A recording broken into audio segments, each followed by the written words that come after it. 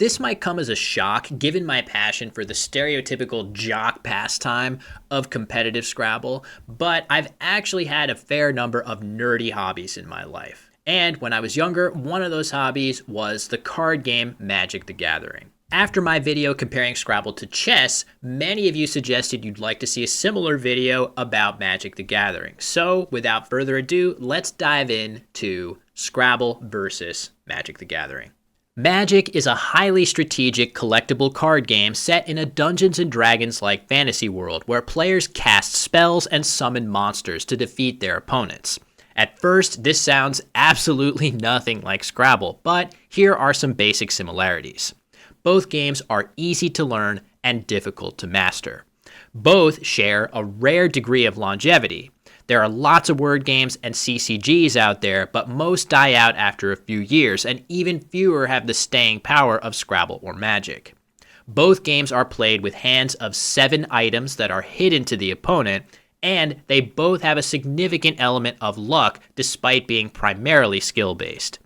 Lastly, both games happen to be owned by Hasbro, which acquired Wizards of the Coast in 1999.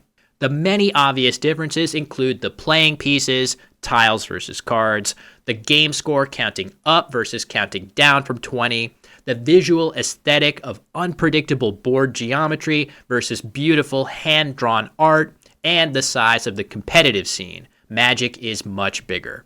Still, these two games are kindred spirits in many ways, some of which might surprise you.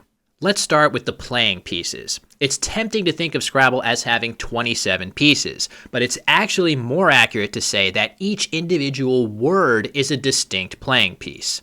The Scrabble dictionary contains just under 90,000 words from 2 to 8 letters in length, while Magic has roughly 25,000 unique cards. That is a wide gap, but compare these totals to chess or poker, and you'll quickly see that Scrabble and Magic are closer to similar than different. Both games' movesets are also constantly growing. Magic gets new cards all the time, and Scrabble adds new words to the dictionary to keep pace with the natural evolution of language. This keeps both games fresh as time passes, another rarity among classic games. Magic has a vibrant community of collectors, and the game's oldest and rarest cards can fetch incredible sums of money. Scrabble can't offer the same dopamine rush of opening a pack of cards and finding something valuable, but I actually feel that this collection aspect is an underappreciated similarity between these two games. I've always loved collecting all kinds of things, both physical and digital. And for me, Scrabble absolutely scratches that same itch. Instead of little pieces of cardboard in a binder or pixels on a screen, Scrabble's collection happens to exist as words in your brain. I talked to some dual-threat Scrabble and Magic tournament players for this video who didn't agree with this point, including 2022 Scrabble Championship finalist and Magic Pro Tour competitor Orry Swift.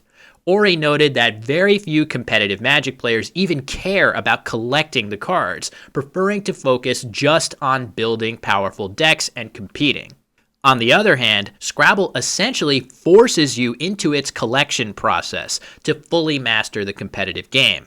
While I personally enjoy the process of learning new words, for many players it's an annoying barrier to enjoying the full strategic richness of the game.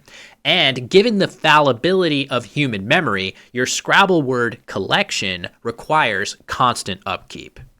Which leads me to my next point. A lot of people are surprised to learn that competitive Scrabble players often ignore the definitions of words, instead focusing only on whether a word is valid and other details like hooks and inflections to minimize the burden on memory.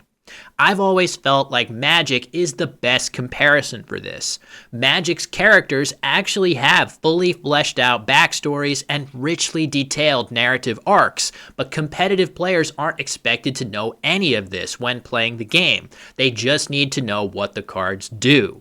For example, take this Zurin Orb. You don't need to know anything about its creator, Zur the Enchanter, to make use of this card in-game. So imagine that Scrabble words were magic cards for a second. You wouldn't need to know what chi and za actually are to know that chi is a huge boon to the q and that za powers up your z. I totally get that this strikes casual Scrabble players as bizarre. These are words after all. But I think Magic players can better understand where we're coming from. Lastly, the actual gameplay in both games emphasizes many of the same skills, such as calculating quick probabilities on the fly with partial information, finding creative winning sequences from completely losing positions, and anticipating your opponent's next move using the many clues you have available. But Orry told me that for him, the biggest carryover was evaluating risk.